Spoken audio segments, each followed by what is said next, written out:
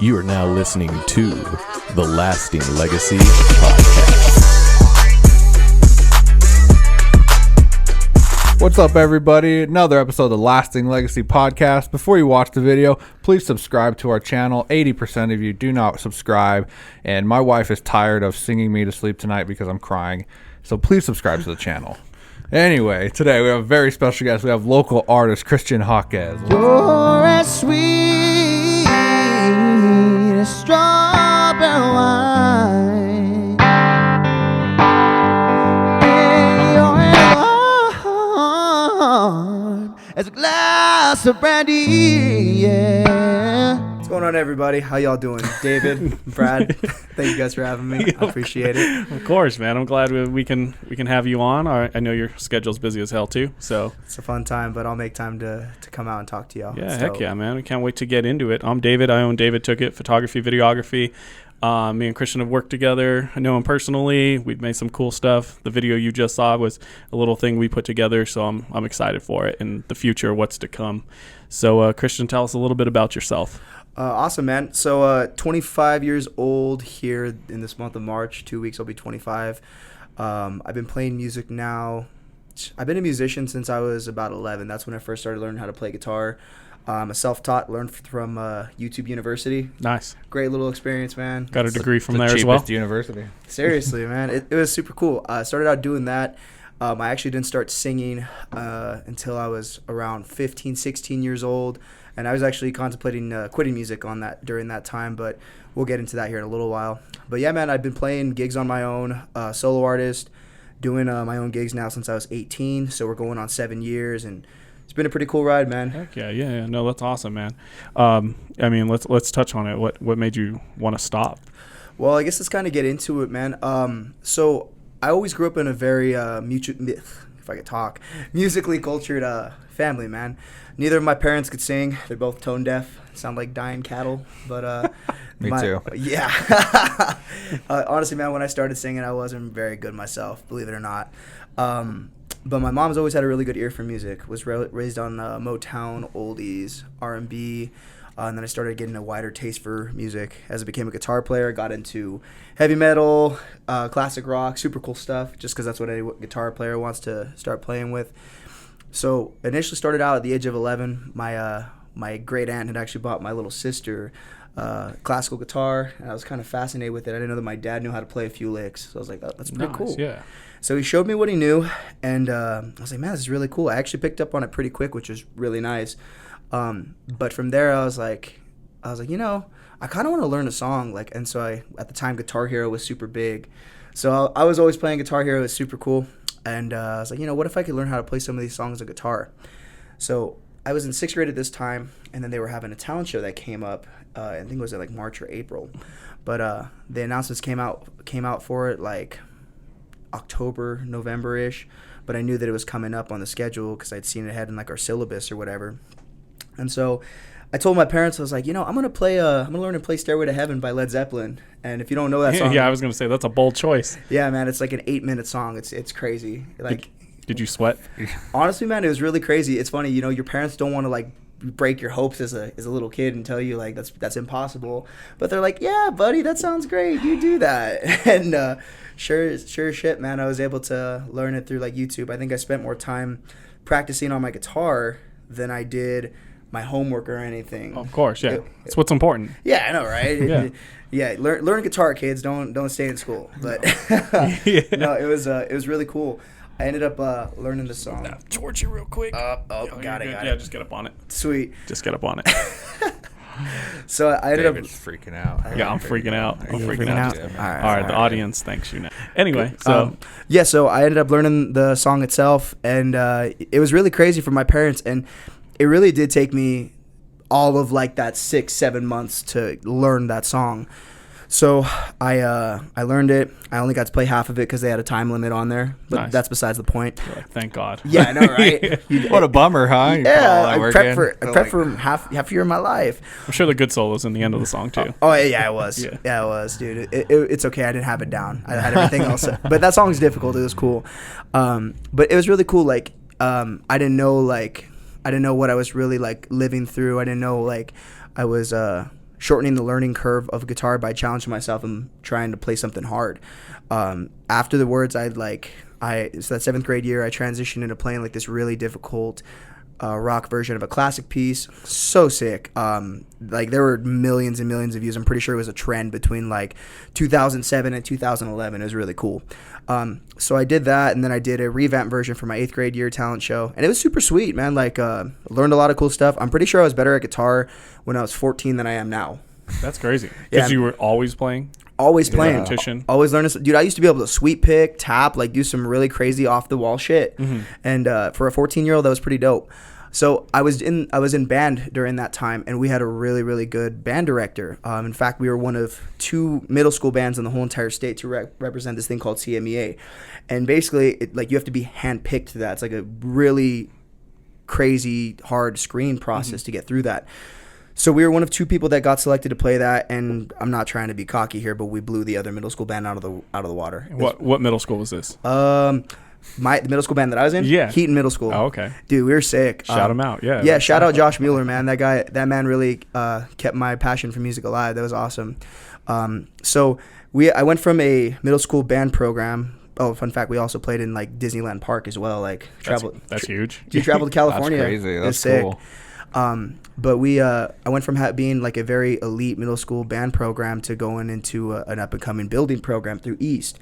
And it was really hard, though, too. I was a second chair guitar. I was playing more instrumental side on like the trombone side. I also played trombone pretty decent as well. I had no idea. Yeah, not a lot of people know that, man. It was pretty cool. You should bring that I out. feel like all musicians are just like, they just pick up so many different instruments and stuff like that. It's like a universal thing, man. Like when you learn a very challenging instrument or even like a challenging song like I referenced, it's like the rest of it becomes like easier, second nature. Yeah. You shorten the learning curve on that by doing something hard.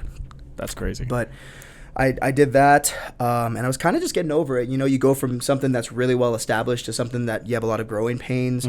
And so I was like, you know what, maybe music's not for me. I wanted to focus more on athletics at that time. So I was getting ready to quit, and at the time, I became like this little Romeo singing to girls on the phone when I couldn't really sing. Like I sang like this. I was singing through my nose and stuff, man. I'll have to show you guys my first video. It was pretty nuts. It was cringy. Link to that video will be in the description. It was cringy, bro. You would never guess. The first lasting legacy concert. Yeah. It's just that. Yeah, you go from like, here's where you started and here's where you end up. It's pretty cool. But yeah, man, I was actually contemplating giving up music, and I was learning how to coordinate myself enough to play guitar and sing at the same time at that time. And Andy Clementi, he's another big face in the music industry. His band Martini Shot has played everywhere in Southern Colorado, and they're like one of the best cover party bands ever. They're sick. But Andy Clementi was the music director at East at the time, and he had come to me. He's like, "Hey, man, like, you're pretty decent, you know, you should try out for my advanced mix group called LJ's." And I'm like, come on, dude, like, you're kind of just saying that to be nice. He's like, no, come by, I think you should. So I went and auditioned, and then I seen the postings for the group the next year. This is my freshman going into my sophomore year, and I'd seen that my name made the list, and I was like, oh shit, that's cool. So I went home and I told my mom. And, you know, it's funny, you bring up some casual conversation. She's on the phone having a totally different thing. I'm like, hey, Mom, like, just want to let you know, like, I made LJ's at school. And she's like, oh, that's sweet. Hold on, Carol. Let me call you right back. She had to take a second take. She's like, you made LJ's? You could sing? Why didn't you tell me? And I'm like, you know what that is? She's like, yeah, they're the shit. And I'm like, I didn't know that. Cool. So, that's insane. I didn't know they were the shit. Dude, honestly, no, the vocal music program at East High School was something special, man. Like, I'm not gonna lie, we're kind of dope. No, yeah. So went into LJ's, and that's when I really started finding my love for music. It was actually around the time. So like from my athletic background, I played football, I wrestled, and I did track and field in high school. So I was a 3-sport athlete.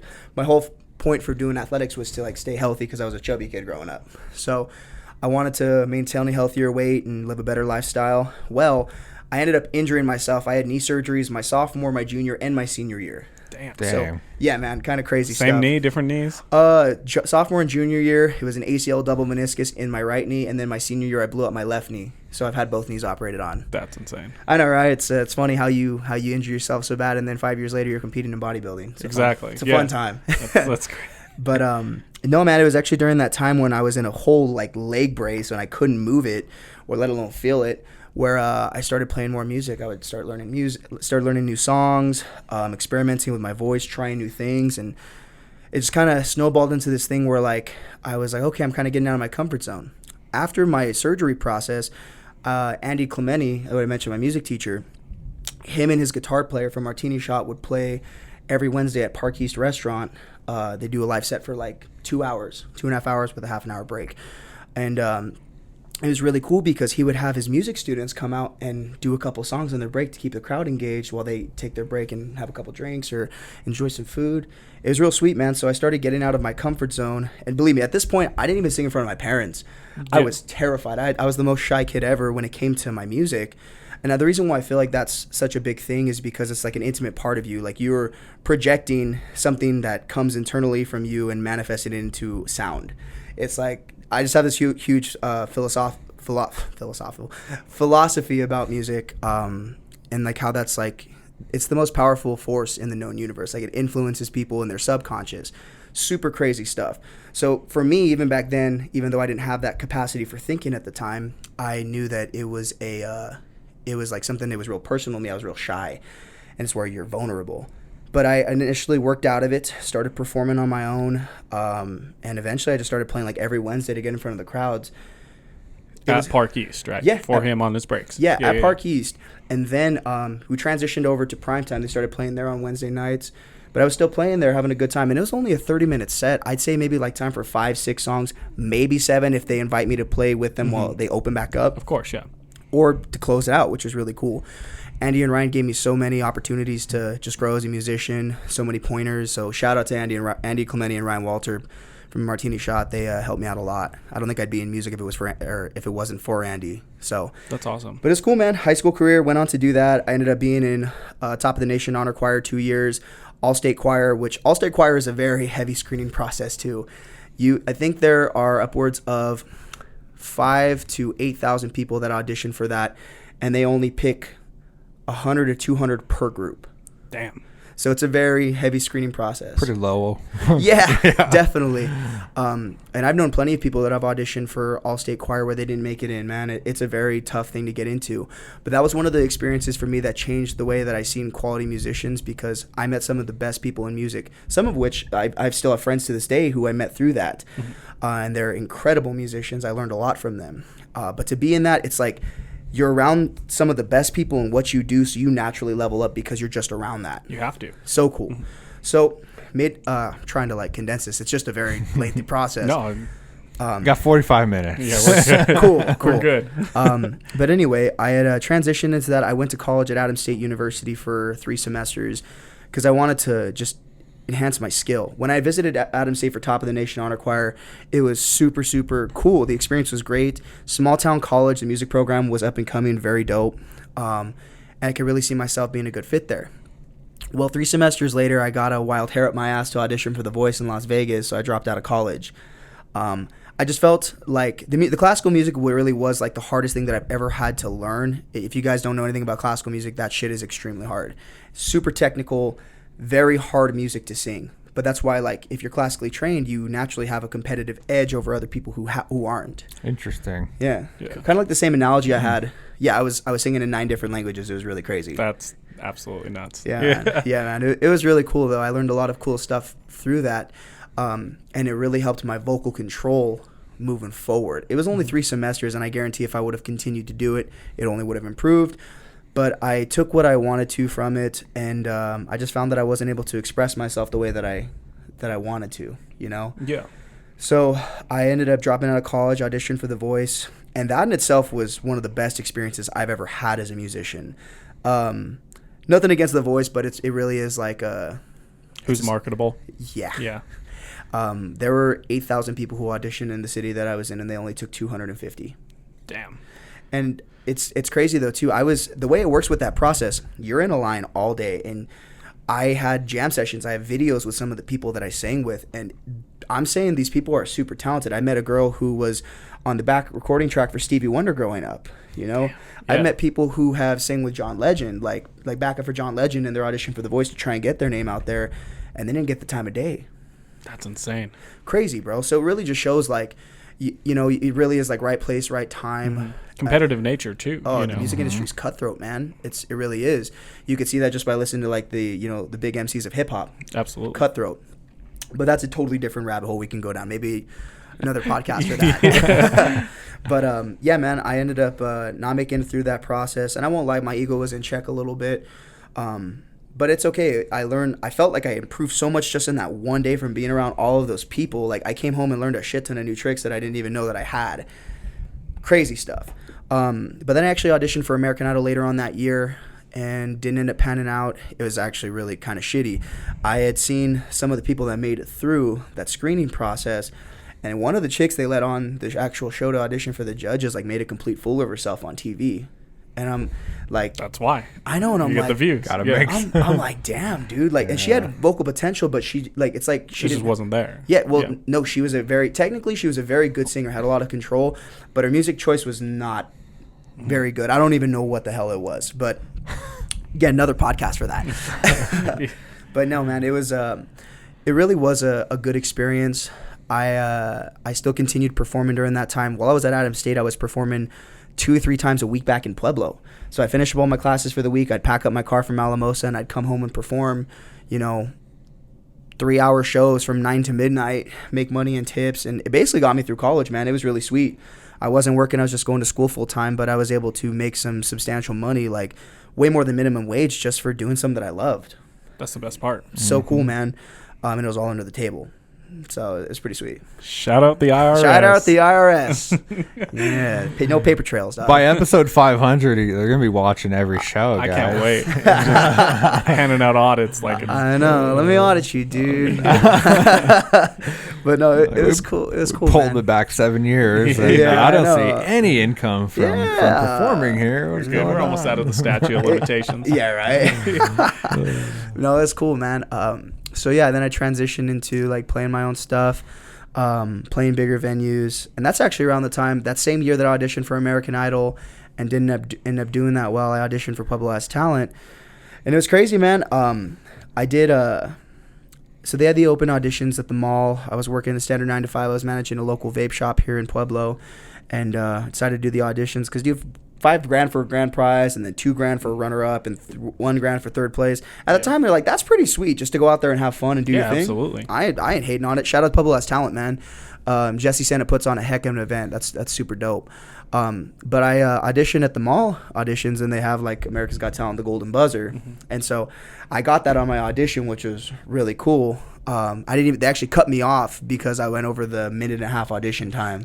Still going off. Dude, I had the crowd going. Like, I was singing, so I have this mashup of Don't by Ed Sheeran and No Diggity by Blackstreet.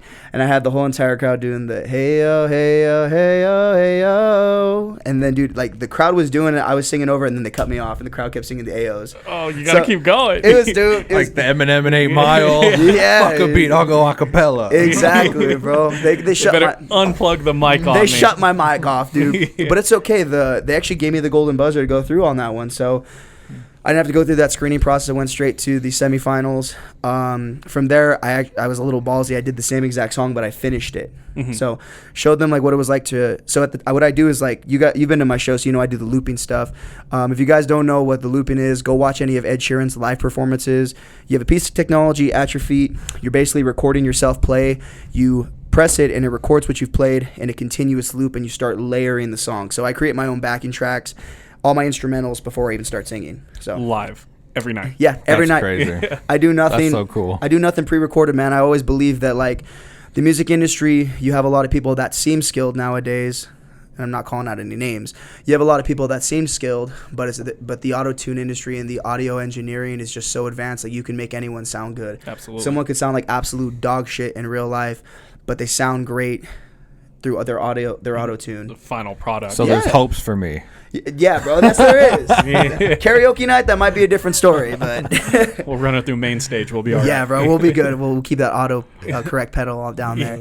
But no, man, my goal was always, even initially, I wanted to start a YouTube channel where I would do a lot of like raw, live, uncovered stuff, like how we've done. Yeah. That's what I loved about that, which again, we'll touch on that here in a bit.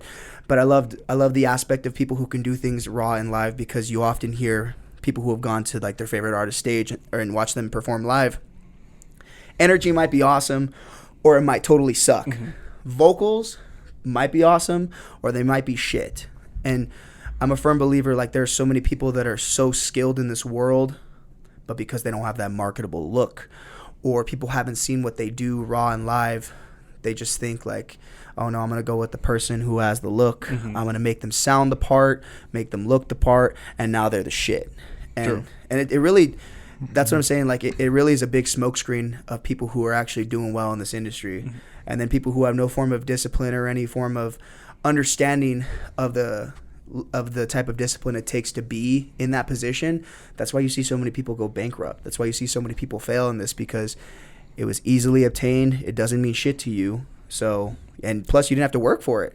Yeah. I think in the music industry too, just from like the little bit I've seen, is like your music and your talent, it is only half the story though, because it is a business at the end of the day. So like how you present yourself and all that other stuff, like you can have the best vocals, but if that's all you're coming to the table with, You need more. you need more. And people, I feel like a lot of people that have the best vocals, they get mad because they're like, I am way better than this dude on the radio. That's where you got to check know? that ego though, man. Like, I've been there before too. I feel like any person who has a love for their craft or passion has compared themselves, which, I mean, bro, like, comparison kills like what you are inside. Like the Thief of joy. Yeah, exactly. You put that, you were finishing what I was trying to put down too. I couldn't put it together. Appreciate you. No, for sure. And then that's why, you know, like some of my favorite artists are like Teddy Swims and Jelly Roll, you know, guys who don't necessarily look the part. You know, they look like mumble rappers. They have tattoos all over their face and they have amazing voices and do these crazy covers. And, you know, like that's what I really liked. It doesn't matter what you look like. I actually have an artist like that I really love watching. His name's Alan Stone. If you guys haven't heard of him, you need to check his shit out. It's crazy. So I got put on to him by an old friend in high school. He did a really sick cover of Sex and Candy. You guys ever heard that song by Marcy Playground? Yeah, absolutely. Yeah. So he completely rearranged it. This man's got so much soul, I thought he was black. And no, like he literally looks like a 70s hippie. He has those big bifocal lenses. He's got curly ass hair. The Chominator 6000. Dude, straight up. But the man has so much soul, and like from an evangelist or philanthropist perspective, he's a good guy. Like his movement is really positive. Just I love seeing people like that, because he's, you know, on American Idol, fun fact, they've actually sang his song Unaware. That's actually something that I sang for my second year of winning Pueblo Has Talent. They've covered that, and they brought him on the show to sing the duet when it came to like the celebrity duet round. It's super cool. That's insane. Yeah. Yeah, man. So I'm kind of getting off topic, but yeah, transition back into Pueblo Has Talent. Long story short, I ended up winning that first year because it's like an overall score plus like audience votes, which was really cool. Kind of like how America's Got Talent. Well, the first year that I did it, I actually had the highest score overall, and then the amount of support that I had obviously helped with that too. So I went back the second year and I auditioned again, kind of like the same outcome. I didn't win the Golden Buzzer that year because I decided to do something a little bit different. But I wanted to show off more on my vocal side, because the first year I did a lot of like the loop stuff, like the technical stuff, cool shit. Yeah, the stuff people want to see. Exactly. You know? Stuff that's different. But the second year I had a different approach. I showed more of my creativity. I did a mashup that, you know, personally I took a lot of time investing in and wanted to like make it sound cool. But I got a lot of hate that second year because of it. And actually I'm not allowed to compete in Pueblo Has Talent again because of that. Yeah, dude. Wait, banned you? What in the world kind of loop did you put kinda, together? Yeah, No, it wasn't the loop. It was the fact that I won 2 years in a row, and Puebloans were pissed about it, dude. That's weird. It was really weird. Well, because this is the thing, though. It was like a running rumor that I went to the church that, you know, the promoter went to, and I donated all that money back to the church, when that wasn't the case at all. Like, I spent that shit. Oh, dude, I actually invested all of that into like a home studio so I could do my stuff. That's awesome. Yeah, we'll get into that here in a second, because that's a fun story as well.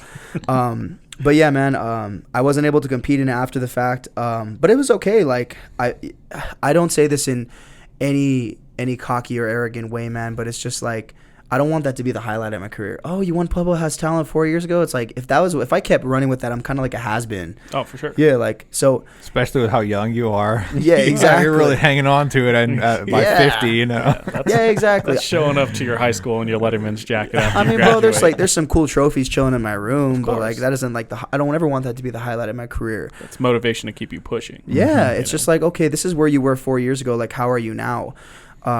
And I don't know, man. I thought it was really cool for me though too, to be able to like use that after the fact. I got a lot of bookings because of that. I got way more love than I received hate, man. Like even the people who were negative, there were people sharing my family's photos of me winning because we took like a big group photo together for the second winning, and they were like slandering us and talking a bunch of shit and just saying really negative things about us. But to see like the Pueblo community like back up my name and really like shut that shit down really meant a lot to me, man. It was that's hard to find. Oh yeah. So I was like, you know what, like that's really cool. I do appreciate them for doing that, because you know a lot of people here, and I shouldn't say a lot of people, but there are like some very envious people here. Of course. Like people who don't want to change, or if you're doing something bigger than the next person's doing, they want to make it a comparison match and then shit on you for doing so. And I just feel like that's unfair to anyone who's trying to do something in this community to make it better, or you know, realize its potential. True. So but yeah, so that's been there. Ever since then, man, I've been doing a lot of weddings, private parties. Bar gigs are fun. I think they're really fun. You can hang out afterwards, have a couple drinks, meet the people, network. And I mean, that's helped a lot in my consulting gig as well, which is really sweet. But it's something where like I finally understood, like, you know, I'm 24 now, I'll be 25 this year. I don't have any kids. I'm not tied down. It would probably be best for me to actually like go see what I can do in an environment where this is pretty damn big. Because I don't ever want to be like a big fish in a small pond. I don't ever want to look back when I'm in my 30s and be like, oh, I'm going to go play at the Senate again on a Friday night singing the same damn song to the same people. And they're like, I'm over this guy. You know, that's comfortable. You know that's always going to be there. Yeah. And so in order for you to grow, you have to push past that and give you that nervous feeling again. Yeah. You know, that first time you stepped on stage to audition, you know, for The Voice or American Idol or Pueblo's Got Talent, you know, all that stuff. Like, you need that feeling to push and progress. Oh, 100%, man. I think, to be honest with you, back between 2019 and 2020, I started losing my love for music again. During that time, I wasn't aware of it. And this is when I was transitioning from my 9-to-5 going to, you know, an independent contractor as a consultant, you know, for solar. And during that time, I thought that I just had a bad case of laryngitis, but I actually had a vocal injury. I had to have voice surgery in 2020 because I spent a whole entire year singing where like half of my range was gone. I had to completely relearn how to sing, and I couldn't sing for very long. If I did, I couldn't talk for the next 2 days because it was hurting. My voice was really hoarse. It was not a good situation. Doesn't sound fun at all. Oh, hell no, dude. Yeah. And I mean, that's your hurts just tool. You know what I talking mean? about Like, it. if my vision goes out, that's my tool, you know, amongst other things. But yeah, you know, like, I couldn't even imagine, you know, kind of what you were going through. It wasn't even like physical pain as much as like it was like the psychological pain behind it, man. Like, you have people that come up to you and like respect your craft, and they say like, hey man, I really like appreciate what you do. Like, you're super skilled, you're super talented. But then in the back of my mind, I'm saying thank you and trying to be modest about it, but it hurts because it's like a backhanded thing. They don't know. They have no malicious intent when they're saying that, and it's not like they know what I'm going through. But in my head, I'm just like, fuck, man, if you really knew like what I was able to do if I wasn't hindered right now. And I didn't know what was going on. I was trying to get a hold of an ENT that I'd seen the first time when I was in college, and I couldn't get a hold of him. But they had eventually sent me to someone here, like an outpatient service here in Pueblo. We did a scan of the throat, and yeah, sure enough, I had a hemorrhagic polyp, or a vocal hemorrhage on my folds. So when you have your vocal folds, they vibrate together, and and they're super smooth, but they're vibrating so fast and they're making contact, and that's how you are able to sing and change into registers. They elongate.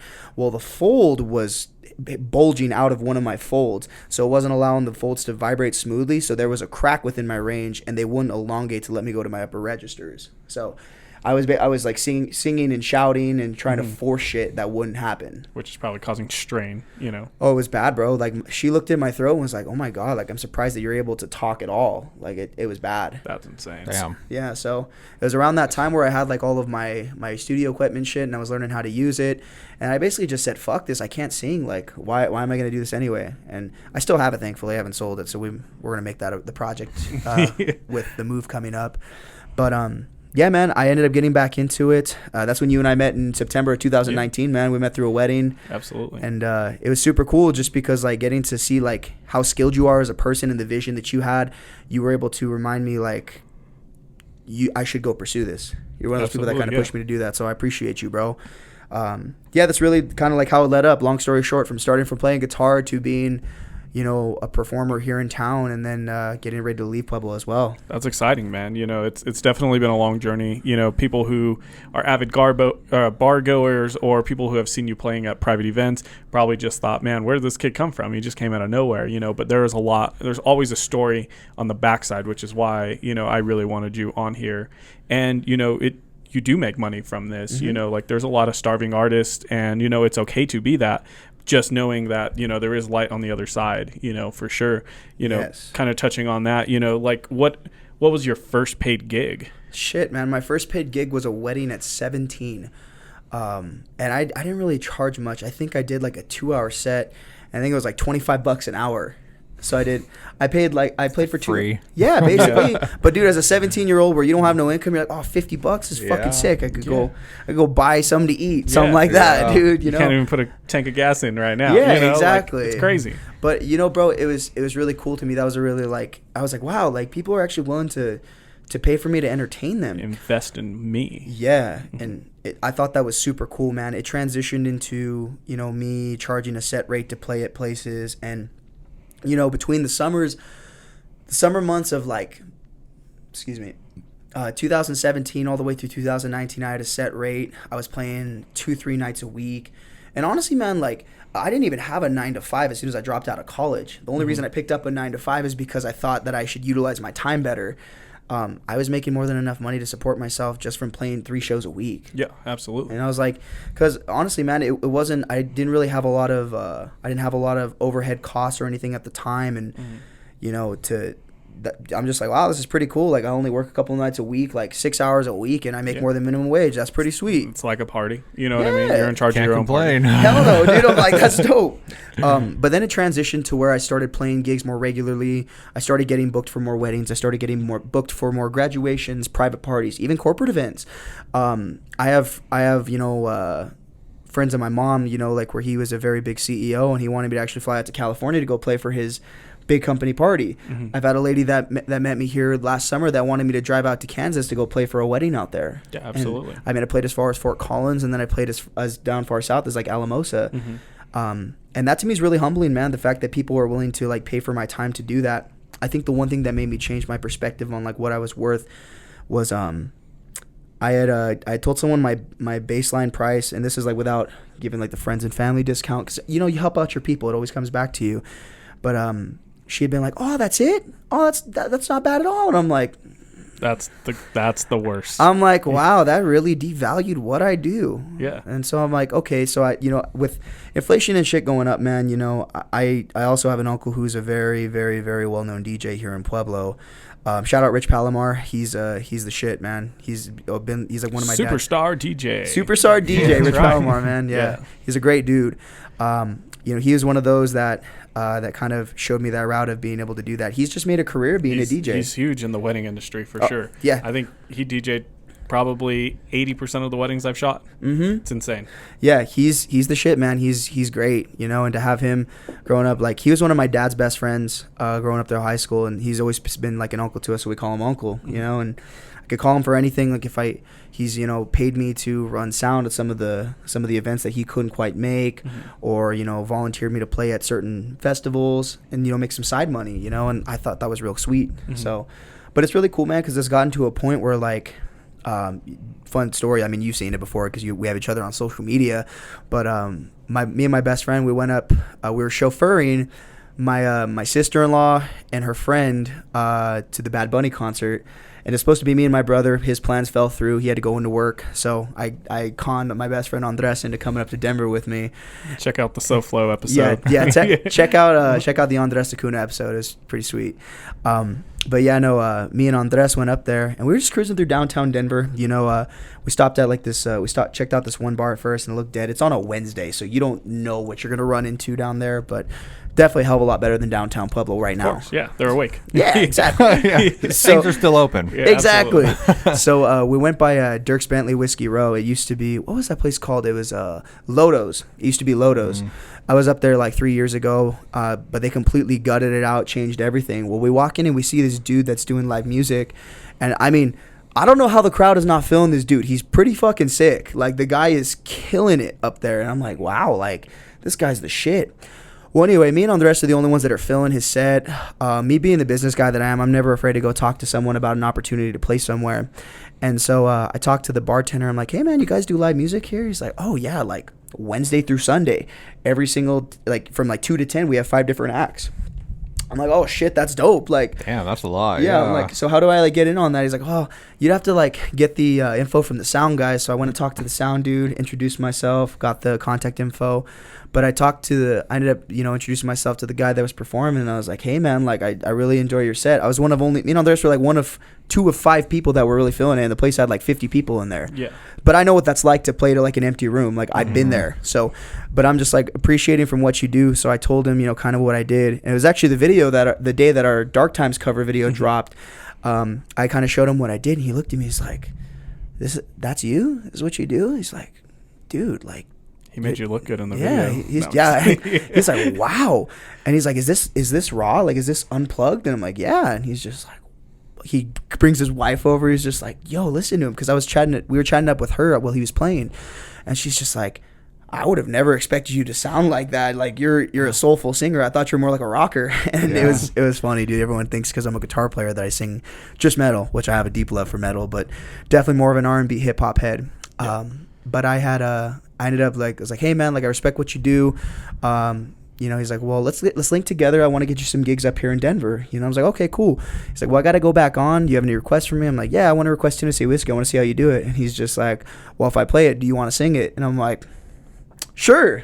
So Andres goes live on his Facebook, and the commentary was elite, bro. The video is the best. I'm telling you. On the spot, homie. Yeah, Andres is very drunk, commenting on the performance, and it's still a solid video. Dude, it was great, man. But it just showed me, it was just something that even furthered my belief that I need to move on out of here. Pueblo will always be here, man, but I just think that I'd rather be a bigger fish in a bigger pond. There's that reference that says, you put a shark in a fish tank, it'll grow 6 inches. But if you put it in the ocean, it'll grow 6 feet or larger. We really are like limited by our environment and the opportunity around us. I think Pueblo has amazing potential, but it's just not there yet. So until it is, I have to go pursue things elsewhere. Especially in your industry. Yes. I mean, there's people, you're very limited where you're living. It's very limiting in your career. Yeah, man, I love being able to be a wedding singer and an entertainer, man, and just do all of those things and bring people to life. It's a very infectious experience. In fact, it's only like one of the unique releases of dopamine, or we can call it even a high, that I've ever experienced. It's very unique. I think it's super cool, which is why I continue to do it. But it's just crazy, man. Like, David, you and I have often talked about like philosophy and like law of attraction, being able to see signs, and it's crazy, man. Like, all of the conversations that we've had leading up to this point in my life where I'm about to make this big transition is like, this is what I was built to do. I've been dreaming about the damn thing, man. So like, I've been getting higher paid gigs. I've been having people that see my potential and are like, dude, why? This is one thing that changed for me. After I finished the bodybuilding show and I finally went out and I'd been in isolation for like 4 months. He was in quarantine. Yeah, I was doing nothing. Yeah. I ended up seeing someone that I really looked up to as a real estate agent, and he told me, he's like, man, I didn't even know you were still in Pueblo. I thought you left a long time ago. What are you still doing here? And I'm like, fuck, I should probably get out of here, man. Like, it's cool though, because I've been able to meet some very amazing people, not just doing this, but just being involved in the things that I have and treating people the way that I want to be treated. And I'm very grateful for that, man. I've met some amazing people who have taught me a lot and shortened the learning curve as an adult in today's modern world. Absolutely. So yeah, no, that's huge. I know we often talk about, reciprocating energy that other people give us, and stuff like that, and how it's bettered both of our lives, giving people the light of day who give us the same shine, It's huge. If you can go back and give your 18-year-old self, 17-year-old self a piece of advice, what would it be? I would say, well, at that time I was really a big people pleaser. I would tell myself, if I could go back, and excuse my French, fuck what other people think about you, man. Like, you do not live for the approval and validation of other people. And if there's something that you don't like about yourself, or you don't like where you are, that's a product of the choices you made leading up to it. You can change it. So my advice would be, don't be a people pleaser. Other people's opinions of you should not matter more than what you think of you. So, and that's something that's changed my life, man. It's allowed me to avoid low quality experiences, whether it be, you know, low quality interactions with people who honestly dislike you but are ingenuine to your face and do that type of thing, to people who genuinely can have uncomfortable conversations with you, hold you accountable, and make you better. Like, absolutely, that's really like the biggest change for me, was just like understanding like my life and my perspective on life is really my paint. My environment is my canvas. Like, I'm in control of what I do. So yeah, no, that's absolutely huge. So I feel like we've been talking about what you're doing, what you're going to start doing, but like we never said what you're doing. So where are you going? What are you doing? Yeah, the suspense, huh? Yeah, I feel like Brought we've it to been the end of the episode playing a here. teaser episode here. I know, dude. We're going to have to do part 2 over here. I'm actually planning on moving to Nashville, Tennessee. So it's really cool, man.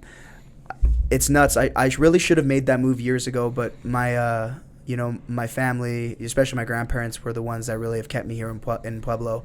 Just because, you know, man, like, I have a deep love for my grandparents. They're the ones who raised me. My parents and I have an amazing relationship. Like, I love my mom and dad very much. But my grandparents were the first ones. My grandma ended up passing in July of 2020. And, yeah, that was like a real life check for me. That's something that, you know, it's like losing your mom, because she basically was like my first mom. And, you know, it's something that really changed my perspective on life. Like, okay, my grandfather's healthy right now. I'm grateful for him to be healthy, because he goes everywhere with me. Every public gig, my grandpa doesn't miss it. He's with Carrying me. the speakers, carrying the bag. I've seen him. Dude, you know? seriously. And he's like the most healthy 76-year-old man I've ever met. I introduced him to people, they can't believe he's in his late 70s. Dope as shit. So that's going to be a hard transition, leaving him here for that too. But, you know, my family ultimately has been very supportive of that. They're just like, we knew you would eventually leave. It's just like, but again, it's surreal. Like, you can't really prepare yourself until it's coming to fruition. Yeah, I bet your grandpa is going to be so excited to see you play and live an up to that excuse potential. to go, you know? Oh, yeah. Exactly. Get out the house. Be out there with you. Yeah. I would love to have him, man. Like, that's my right-hand man. And it's going to be hard leaving that behind for sure. But again, it's just an opportunity for my family to get to see another part of the world through me.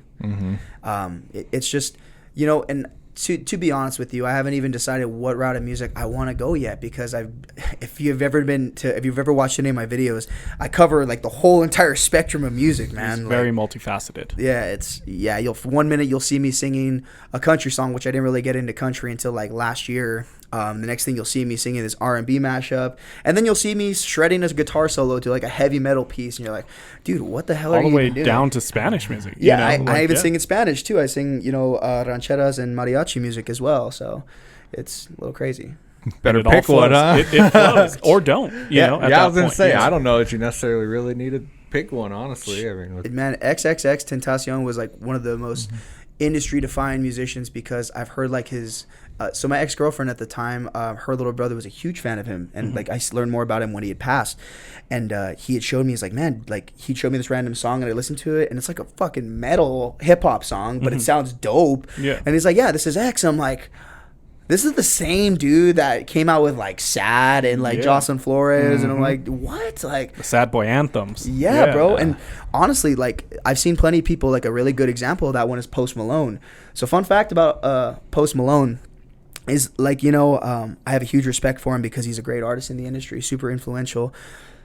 But he's such a kick-ass guitar player. He did a whole entire like country/rock tribute concert during the COVID pandemic and donated all that to charity. Bro, he's sick. Like, as a guitar player, I seen him play like Cliffs of Dover, which is like one of the hardest songs on Guitar Hero. Like, fucking sick. I was like, oh, this guy's dope, man. So yeah, even like you said Bad Bunny earlier. Like, Bad Bunny has a rock song that I just love. Just I love nobody it. understand. You know, like it. You know, you're good if you speak a different language and it translates. You know, like to, you know, people who don't even speak that language because of the beats and the way it makes you feel. Like, it doesn't matter. I have no idea what it says, but I'm just gonna hum it. You know? it's a bop, bro. Yeah, it really is. All of them. You know. Yeah. So to even like pursue the damn thing, man. Like, I mean, realistically, like I don't I don't need the consulting gig here in Pueblo. I don't need to sell real estate. Like, my music really could carry me through it. Like, I know 2 other guys who've made this their form of income in Pueblo. Absolutely. And they're the shit, man. Like, shout out Matt Fuson and shout out to Jeremy Kitchen. Shout out to my buddy Coda Cozzolino, because he's out there doing it shit now. Yeah, man. In Nashville, right? Exactly. Well, me and Cody have actually been buddies since we were in middle school. Mm-hmm. Like, I was 2 years ahead of him, and then to see him transition from like college football standout and start singing in high school, to putting himself out there and then playing live shows with a band and like being in Nashville. Like, Cody's a hell of a guy, man. And big recording artist now, you know, like doing the thing. Yeah, we still even keep in contact from time to time. He's a very genuine person, and it's awesome to see him do that. He's inspired me. Like, absolutely. So it's just like, you know, I need to be out there doing that too, because I feel like that's always been my calling. And you can have a great career here financially in Pueblo. You guys have both been a testament to that. You're both self-employed. You guys both kill it in your respective industries. But again, like, that's all monetary. You know, absolutely. We have to pursue purpose. The things that actually make us happier can impact others on a bigger scale. So very true. Yeah, Jeremy Kitchen's badass too. You watch Jeremy, dude? I've seen him at the Clink a couple different times. Yes. Yeah, I can't remember. He did some kind of mashup like that, and it was Eminem and something else, and I was just like, this dude's sick. What the hell? Bro, Jeremy's a hell of a musician. He actually came from the Houston music scene. So, really? Yeah, cool. We had linked through Facebook. He's like, I wanted to see like if there was anyone else around here that did kind of what I do with the looping stuff, and you ended up being the guy. I mean, I had the pleasure of playing a set with Jeremy for this brewing festival. And, you know, I wish we'll probably get together and jam before I leave. But the guy, I have a huge amount of respect for the guy. Like, he's a hell of a musician, and that's his form of income. Dude plays 3-4 nights a week. Yeah, I see him on Instagram all the time. He's like, here's where I'm at. Yeah, every day. Dude, Jeremy's a badass, man. So shout out to Jeremy Kitchen. Shout out, if you guys haven't seen Matt Fuson yet, he's dope too. He does the looping stuff as well. Like, that's so awesome. Yeah, man. I love it. So we kind of danced around it. You mentioned a lot of goals, but we haven't compacted it all into one thing. So what are some of your short, medium, and long-term goals for you personally and with music? Love it. Short-term goals, obviously, is going to be the move and the transition, just getting out there. You know, I obviously got to supplement my income so I get my feet wet in the music industry. I'm currently getting licensed in real estate, so I'll be doing that out there. I've always been good with people, man. Been able to run with my services just because I'm able to connect with people and do things with integrity. So absolutely, that's the short-term goal. Medium-term goal, it's going to be getting my feet wet in that industry and being able to perform and actually start writing music again, man. I love it. Yeah. And then long-term goals, whether it be through music, man, I just want to impact the lives of as many people as possible. My life as a human, or my goal as a human being, has always been, whether my place in someone's life is temporary or long-term, I always just want to leave it a better place than when I found it. So if that's through music, if that's through a simple conversation or an interaction, like it's just a transaction of energy, to be able to like make someone's day or be the pivotal point of their day is super empowering. So absolutely. No, that's huge, man. And then, you know, we kind of have like a reoccurring question on the podcast besides goals. Goals are huge, but what do you want your lasting legacy to be? It's a great question, man. You know, you kind of touched on it on the long-term goal, but yeah, to be able to connect with people like through music, man, or just be able to be an evangelist. Because, man, we live in a society where, I know we've talked about this before, instant gratification is a big thing, and that's probably a reason why you see the depression levels up so much. You have these people that are constantly getting dopamine hits, and they don't know what a genuine experience is. I have a hard time dating because of it, because I can't connect with someone through a screen. I feel like my lasting legacy would be to give people an experience, or at least give them insight on how to battle the things that are really trivial in their life. That a lot of the things that they go through, it doesn't mean that they're not truly a victim in some state of the word, but rather it's really trivial in the grand scheme of things.